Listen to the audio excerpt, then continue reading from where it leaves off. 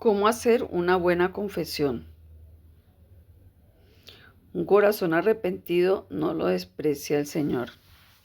San Juan Bosco, 1816 a 1888, es el más simpático educador moderno. Decía: hablad muy frecuentemente a la gente acerca de cómo hacer una buena confesión, porque son muchísimas las personas cuya confesión queda mal hecha o no produce frutos.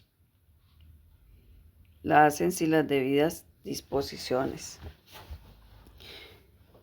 La importancia de hacer una buena confesión. Cuando en 1983 el Papa Juan Pablo II reunió a obispos de todos los países del mundo para el sínodo en Roma, el tema que trataron fue el de penitencia y reconciliación. El Papa emitió luego un documento titulado así: Reconciliación y penitencia, y tanto el pontífice como el sínodo recomendaron con vehemencia: es necesario hacer a los fieles una catequesis lo más esmerada posible acerca del sacramento de la penitencia. Este folleto quiere ser una respuesta a tan importante recomendación. Dicen que si Judas Iscariote, el traidor, después de haber vendido a Cristo, en vez de suicidarse, más bien hubiera aguardado a la semana siguiente y presentándose a San Pedro, le hubiera dicho arrepentido: Pedro, he pecado vendiendo al Señor Jesús, Pedro le habría respondido: ¿cuántas veces lo vendiste? Una sola vez. Pues mira, yo lo negué 3 veces y él me perdonó misericordiosamente. Además, el domingo de Pascua, al aparecerse resucitado, sopló sobre nuestras cabezas y nos dijo: recibid el Espíritu Santo. A todo el que le perdonéis sus pecados, le quedan perdonados. Así que yo, en nombre de nuestro Señor Jesucristo resucitado, te perdono todos tus pecados. Y Judas, en vez de irse a la perdición, habría subido por el camino de la perfección. ¿Cuántos Judas andan desdichados por el mundo por no ir a buscar a un ministro de Cristo que les conceda el perdón y con el perdón la alegría y la paz? La mayor parte de las personas solamente hacen 3 confesiones en su vida y todas las 3 las hacen mal. La primera es en preparación a la primera comunión. Están tan pequeñitos, tan deficientemente preparados y con tanto susto que ni saben lo que dicen ni lo que se les dice. Aquel confesor llevaba 5 minutos dándole consejos al niño que estaba al otro lado del confesionario. Al fin le pregunta: ¿entendió? Y el niño responde: ¿33 qué? ¿33 qué? Le dice el confesor. Es que yo era contando las hormigas que están entrando por esta rendija. Así es la atención del niño al confesarse. La segunda confesión es para muchos la del día del matrimonio. Piensan en todo: por qué, vestidos, trago, etcétera, pero en ponerse en paz con Dios, nada. Dejan para confesarse a última hora y dicen un par de bobaditas, y los verdaderos pecados y graves no los dicen, ni se arrepienten de ellos. Y como en la confesión no se perdona sino aquello de lo que uno pida perdón, se les quedan casi todos los pecados sin perdonar. Es la segunda confesión mal hecha. Y la tercera es la de la hora de la muerte. Los sacerdotes saben que confesión de enfermo es confesión enferma, porque en esos momentos hay tantos factores que atender: los dolores, el desvanecimiento, la memoria que ya no funciona bien, las drogas. Y llega el sacerdote y mientras los parientes y amigos exclaman: se confesó, murió como un santo, el ministro de Dios sabe que fue una confesión en que el otro no dijo casi nada ni se arrepintió de nada porque ya no era capaz de hacerlo. Dejó para el final el confesarse bien y le pasó como al soldado que aguarda para aprender a manejar el fusil a que el enemigo llegue a la batalla. Ya no tendrá tiempo y se quedará sin aprender a manejarlo. Quien se confesó muchas veces y bien durante su vida, también se confesará santamente a la hora de la muerte. Pero el que nunca se preocupa por hacer buenas confesiones, que no se haga ilusiones para la hora final: como se vive se muere. Hacia el lado al que esté ladeado el árbol, hacia ese lado caerá. No creamos que viviendo ladeados hacia el descuido y la pereza nos vamos a caer hacia el lado de la santidad y salvación. Como es la vida, así será la muerte. Por eso en vida vamos a aprender a confesarnos bien y al final pondremos broche de oro a nuestra existencia con una excelente confesión que será nuestro mejor pasaporte para entrar al cielo. Lo que se gana con una buena confesión. En el hospital estaban tratando de una úlcera al estómago a una señora muy nerviosa, pero todos los tratamientos resultaban inútiles. La glándula pituitaria, esa que está detrás de la nariz y que a cada pensamiento angustioso que tengamos segrega un ácido corrosivo, seguía enviando ácidos que llegaban al estómago y recrudecían la úlcera. Al fin, uno de los médicos, muy buen psicólogo, dijo al padre capellán: «Padre, yo creo que esa enferma debe tener algún pecado sin perdonar y que le atormenta, y mientras ella sufra de complejo de culpa, será imposible su curación. ¿Quiere confesarla?». El sacerdote le dijo a la enferma: «¿Desea confesarse?». «No, padre». «¿Por qué?». «Porque mis pecados son tan grandes que Dios ya no me perdona». «Pero ¿cómo no le va a perdonar si Jesucristo, el Hijo de Dios, se dejó crucificar para pagar con su sangre sus pecados? Si Jesús dijo que Él no vino a buscar santos sino pecadores, y que en el cielo hay más alegría por un pecador que se convierte que por 99 santos que no necesitan de conversión». «Ah, padre», exclamó la enferma, «yo no me confieso porque usted se escandaliza de mis pecados». «Jamás, jamás», respondió el sacerdote. «Nosotros hemos tenido que oír tantas maldades y la Sagrada Biblia nos dice que, aunque los pecados sean rojos como la tela más roja del mundo, si la persona está arrepentida, Dios dejará el alma más blanca que la nieve, más blanca que pueda existir». «Padre, pero es que no estoy preparada». «Bueno», dijo el capellán, «yo le ayudaré a prepararse». Y le fue enseñando los métodos que se explican en este folleto, y al tercer día la confesó detenidamente, con toda paz y tranquilidad. Cuando la mujer terminó su confesión, estaba llorando de emoción y llena de entusiasmo y de paz, exclamó: «Padre, siento un descanso tan grande como si me hubiera quitado un camión de 20 toneladas de sobre mis hombros». A los 15 días se encontró de nuevo el sacerdote con el médico y le preguntó: «Doctor, ¿y la señora de la úlcera?». «Padre, ya se fue curada. Lo único que su úlcera necesitaba para cicatrizar era que ella se viera libre del complejo de culpa. Ahora que se ha sentido perdonada, ya su pituitaria no le segregó más ácido, sino las hormonas curativas que esa glándula produce cuando uno tiene pensamientos positivos y alegres. La confesión la curó de alma y de cuerpo». ¿Cuántos andan por la vida llevando al hombro el cadáver podrido de sus pecados sin perdonar, pudiendo dejar ese cadáver en el confesionario por medio de una buena confesión? Un día un hombre gritó a San Benito Labre, que vestía como un pordiosero: «Usted es un desdichado». Y San Benito le respondió: «No soy desdichado, soy pobre, pero no desdichado. Los únicos desdichados son los que viven en pecado». ¿Quiere usted no ser un desdichado? Lea con atención este folleto. Aquí va a encontrar cómo zafarse a sus pecados por medio de una confesión perfectamente bien hecha, que le traerá a usted más paz y alegría que si hubiera tomado 3 frascos de remedios para los nervios. No le pedimos que nos crea, solo le pedimos que haga la prueba. Se sentirá verdaderamente feliz de cuerpo y de espíritu. Quiera Dios que así sea. 4 dudas acerca de la confesión. A. ¿En qué se basan los católicos para decir que los sacerdotes sí pueden perdonar pecados? Respuesta. En la frase que Jesús dijo a sus apóstoles el día de la resurrección. Dice el Evangelio que sopló sobre sus cabezas y les dijo: «Recibid el Espíritu Santo. A todo el que le perdonéis los pecados, le quedarán perdonados». San Juan 20.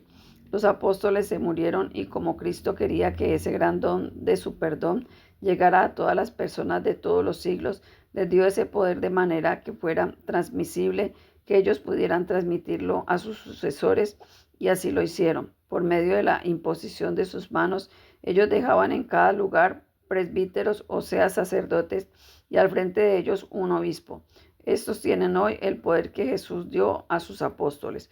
A todo el que le perdonéis los pecados, le quedarán perdonados. B. Pero luego no es como dicen los protestantes, que la confesión la inventaron los curas en el año 1215. Respuesta. Se ve que el que dice que la confesión la inventaron los curas no sabe lo cansón y agotador que es confesar. Pasar horas y horas en un confesionario con calor agobiante o frío entumecedor, oyendo miserias sin pago ni sueldo ninguno por hacer esto, escuchando lo que no tiene ningún atractivo, aguantando el olor fétido del mal aliento de los pecadores. Bien poco inteligentes tenían que haber sido los curas para inventar esto que tanto los iba a hacer sufrir. El sacerdote no puede contar lo que oye en confesión ni aprovecharse de nada de lo que allí escucha, porque la Iglesia tiene reservadas penas severísimas para el que esto hiciere. Entonces, ¿qué fue lo que la Iglesia hizo en el año 1215? Lo que pasó en 1215 es que se reunieron los obispos de todo el mundo en una reunión llamada Concilio de Letrán en Roma y decretaron que todo católico debe confesarse al menos una vez al año. Ellos no inventaron la confesión. Ella ya existía desde muchísimos años atrás. Imagínense el alboroto tan terrible que se hubiera producido si a esas alturas de la vida a los obispos se les hubiera ocurrido inventar una cosa tan dura y tan difícil como es tener que ir a decirle a los pecados a otro hombre. Ya en el siglo III, el más grande sabio de su tiempo, llamado Orígenes, dejó escrito: se perdonan las culpas cuando el pecador no se avergüenza de confesar sus pecados al sacerdote. Así que la confesión no fue un invento de los curas u obispos en el año 1215. En el concilio de Letrán, lo que allí hicieron fue dar un decreto ordenando que cada católico debía confesarse una vez al año, pero la costumbre de confesarse venía desde antiquísimos tiempos. C. Dicen los adversarios: ¿cómo se le ocurre confesarse con un pecador como usted? Respuesta.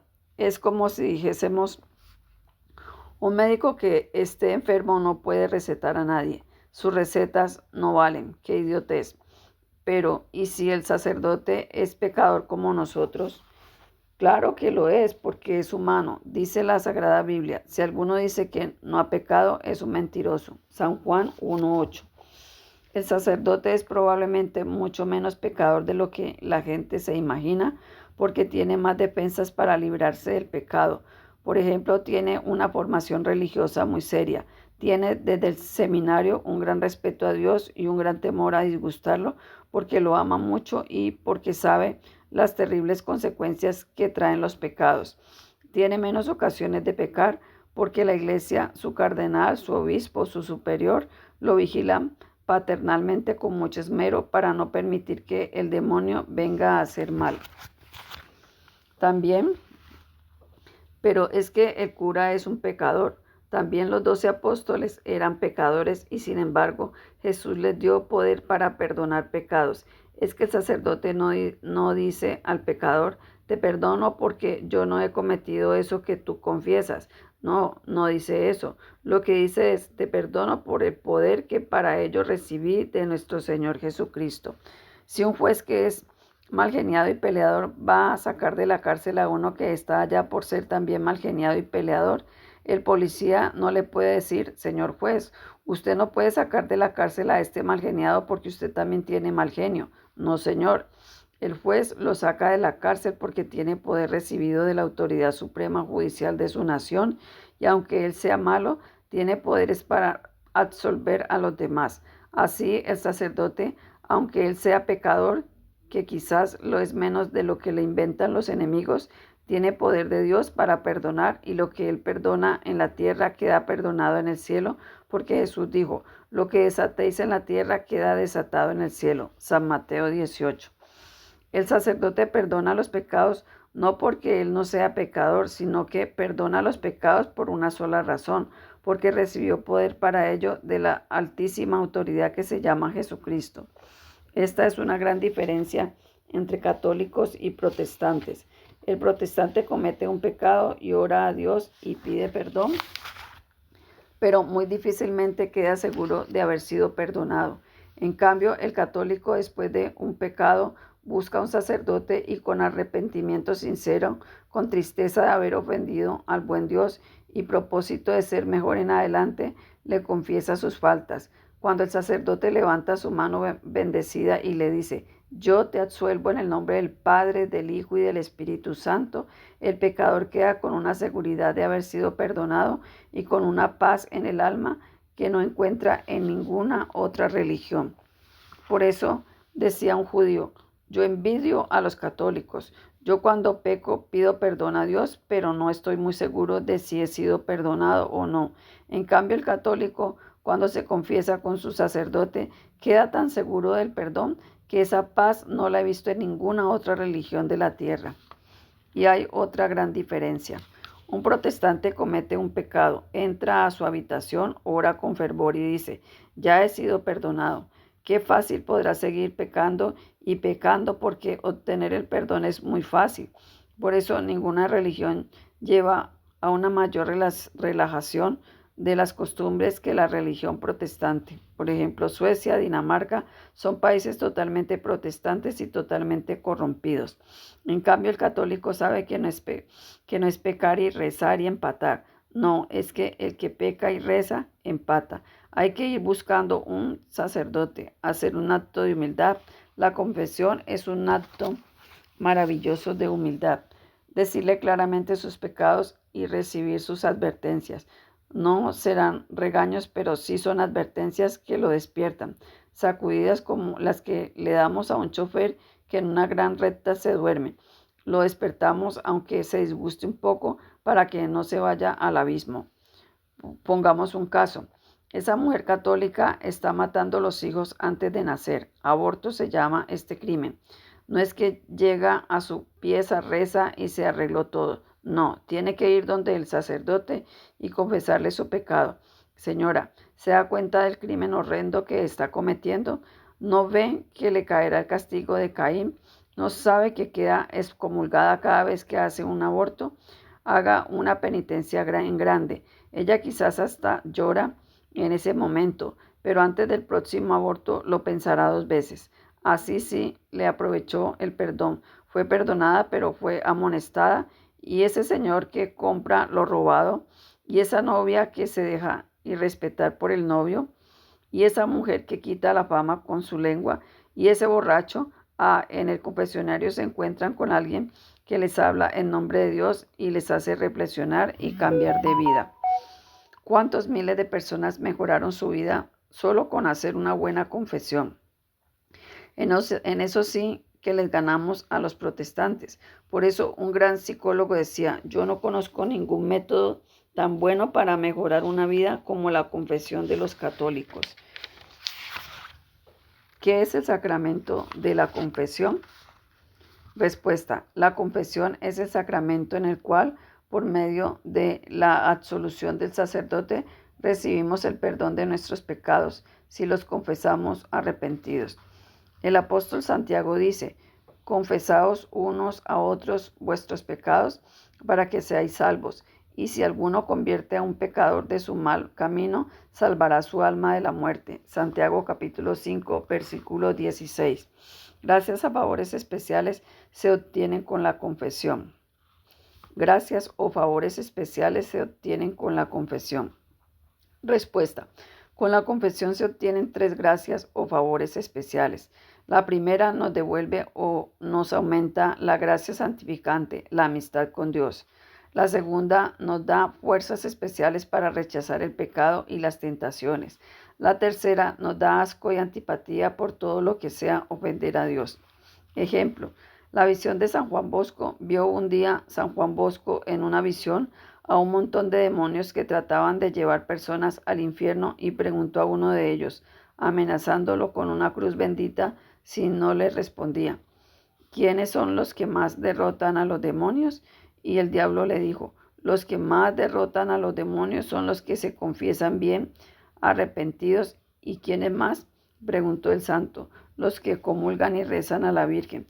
¿Y quiénes son los que menos se dejan derrotar del diablo?, preguntó por última vez San Juan Bosco. Y el demonio, lleno de rabia, exclamó: los que menos se dejan derrotar por el diablo son los que cumplen bien los propósitos que hacen en la confesión, y desapareció aullando entre llamas. Las 5 cosas que son necesarias para recibir dignamente el sacramento de la confesión. Para recibir dignamente el sacramento de la confesión son necesarias 5 cosas. La primera es un examen de conciencia. La segunda es arrepentirse de los pecados. La tercera es hacer propósito de dejar de pecar. La cuarta es confesarse con el sacerdote. Y la quinta, cumplir la penitencia que le ponga el confesor. El consejo de un gran psicólogo. Harold es un escritor y profesor universitario norteamericano de fama mundial, pero no es católico. Sus clases tienen que dictarlas en enormes salones porque su alumnado no cabe en las aulas de clase. Un día, ante un auditorio de más de 1000 personas, enumerando los remedios para vivir en paz y tranquilidad, exclamó: ¿alguno de ustedes es católico? Pues oiga bien mi consejo. Practique frecuentemente la confesión. Yo no soy católico, pero sé muy bien que no existe en el mundo otra práctica religiosa que atraiga más paz y tranquilidad al espíritu que la confesión de los católicos bien hecha y con las debidas disposiciones. ¿En qué consiste el examen de conciencia? Respuesta. El examen de conciencia consiste en recordar los pecados que hemos cometido y las causas o razones por las cuales estamos cometiendo esas faltas. Dice San Pablo: examine cada cual sus propias obras, porque cada uno responderá por sus pecados. Gálatas capítulo 6, versículo 4. El examen de conciencia es tan importante que los santos como San Ignacio, San Gregorio, San Francisco han declarado que una persona no llegará a ser santa si no hace examen de conciencia cada día. El examen de conciencia se hace así. Primero, pedimos al Espíritu Santo que nos ilumine y nos haga conocer qué es lo que a Dios le disgusta de nuestra conducta. Segundo, vamos recordando cuáles son las faltas que más cometemos y por qué las cometemos. ¿Por qué? ¿He sido de mal genio? ¿Cuántas veces? ¿Por qué? ¿Será porque no descanso? ¿O porque me preocupo mucho, como si Dios no cuidara de mí? ¿O porque me disgusto por pequeñeces, etcétera? ¿Hablé mal de los demás? ¿Cuántas veces? ¿Por qué? ¿Será que vivo juzgando y condenando en mi mente, sabiendo que Jesús dijo: no juzguéis y no condenéis? Mateo 7.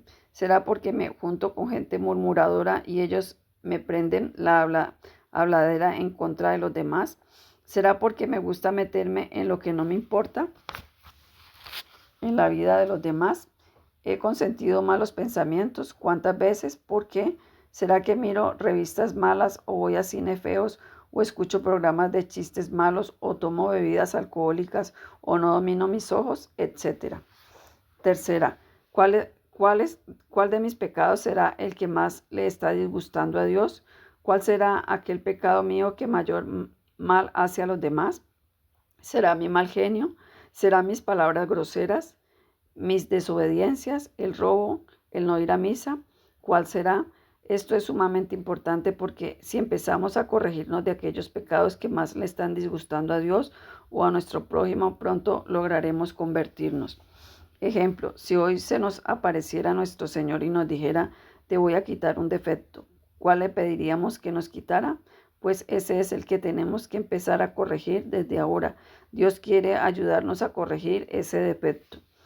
Comparación. Hemos notado que cuando entra un rayo de luz del sol a nuestra habitación, vemos todos los polvillos que vuelan por el aire, los cuales no se veían antes de llegar el rayo de luz. Así nos pasa con el examen de conciencia. Si no pedimos a Dios que nos ilumine el alma, no veremos cuáles son los defectos y pecados que más nos están haciendo mal. Pero si le suplicamos al Espíritu Santo, Él nos enviará un rayo de luz celestial que nos hará ver qué es lo que Dios quiere que corrijamos en nuestra vida.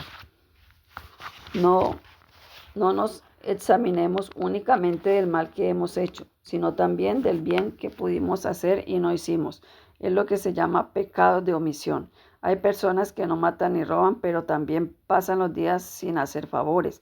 El rico Epulón del Evangelio no se fue al infierno por ser asesino ni ladrón, sino por haber podido ayudar a Lázaro y no haberle querido ayudar. Pude visitar una iglesia y no lo hice, dar un buen consejo y no lo di, etc. Al examinar la conciencia conviene hacer las siguientes preguntas. ¿Me he rebelado contra la voluntad de Dios, renegando interiormente o con palabras acerca de lo que me sucede? ¿Recuerdo de vez en cuando algún favor de Dios para darle las gracias? ¿O soy como los leprosos del Evangelio que no encontraron tiempo para dar gracias a Jesús? Me acuerdo de Dios varias veces cada día para darle gracias, pedirle perdón, encomendarle lo que tengo que hacer y ofrecerle mis acciones, o soy indiferente y paso horas y horas sin acordarme de Dios. San Francisco se estremecía de tristeza cuando se le pasaba un cuarto de hora sin acordarse de Dios. He tenido por fin de lo que hago y de lo que digo el conseguir mayor gloria para Dios y bien para las almas, o más bien el fin que busco es inflar mi orgullo y aumentar la estimación y la fama que los demás tengan de mí, sabiendo que mi alma necesita tanto de la oración como necesita el cuerpo de la respiración. Lleno mi día de pequeñas oraciones. He tenido sentimientos de antipatía, de resentimiento. He demostrado frialdad o desprecio hacia alguna persona. Contrición de corazón. ¿Qué es contrición de corazón? Respuesta. Contrición de corazón o arrepentimiento es sentir tristeza y pesar de haber ofendido a Dios con nuestros pecados. El Salmo 50 dice, un corazón arrepentido Dios nunca lo desprecia. Jesús cuenta que un publicano fue a orar y arrodillado decía, misericordia, Señor, que soy un gran pecador, y a Dios le gustó tanto esta oración de arrepentimiento que le sucedió la santificación a dicho publicano. San Lucas 18. ¿Cuántas clases de contrición hay? Hay dos clases de contrición, la contrición perfecta y la contrición imperfecta o atrición. Ejemplo de contrición perfecta fue el arrepentimiento de San Pedro después de haber negado a Jesús. Lloró tanto por haber ofendido a un Dios tan bueno que obtuvo un perfecto perdón. Ejemplo de falta de contrición perfecta es la de Judas, que sí le dio rabia y remordimiento por haber vendido a Jesús, pero no pidió perdón al Señor, que lo habría perdonado con todo gusto si él le hubiera pedido que lo perdonara. Repitamos muchas veces con aquel leproso del Evangelio, Señor, si quieres puedes curarme y purificarme. Y el Señor nos repetirá lo que a él le dijo, quiero, quedas curado y purificado. San Marcos capítulo 1 versículo 24. Aunque vuestros pecados os hayan teñido como lo más rojo que haya en el mundo, vuestra alma quedará blanca como la nieve, dice el Señor. Isaías capítulo 1 versículo 18. Un hermoso salmo para pedir perdón a Dios es el Salmo 25, en liturgia el 24. A ti, Señor, levanto mi alma, Dios mío, en ti confío, que no quede yo desilusionado de haber acudido a ti, que no triunfen de mí los enemigos de mi alma. Recuerda, Señor, que tu bondad y tu misericordia son eternas. No te acuerdes de los pecados ni de las maldades de mi juventud. Por el honor de tu nombre, Señor, perdona mis culpas, que son muchas. Mírame, oh Dios, y ten piedad de mí, y perdona todos mis pecados. Mira cuántos son los enemigos de mi alma. Cuida mi vida y líbrame, que no quede yo defraudado de haber acudido a ti. Salva, oh Dios, a tu pueblo de todos los peligros. Gloria al Padre, al Hijo y al Espíritu Santo, como era en un principio, ahora y siempre, por los siglos de los siglos. Amén.